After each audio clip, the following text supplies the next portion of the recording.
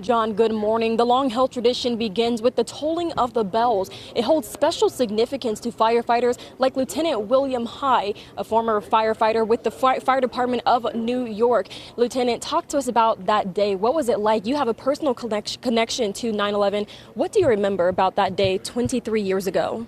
Well, the first thing that comes to my mind for having working in that area for the past 3 years, that I never thought anything could cause those buildings to come down because they were so massive. And not only that, the experience of having some of the 343 firefighters from New York City were killed that one day. And several of those firefighters that were killed were rookies when I was in the fire department. And I kind of feel a personal connection to those that perished in that fire.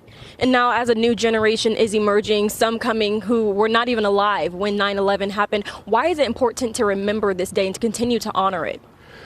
You know, New York City Fire Department has the tradition of trying to be the first to get into the buildings and rescue people that are trapped in those buildings. And that tradition goes all the way back to the early 1900s. And so that was kind of our motto, was to get into that building. And that's why so many firefighters, heroic firefighters, was in that building when those buildings collapsed, right?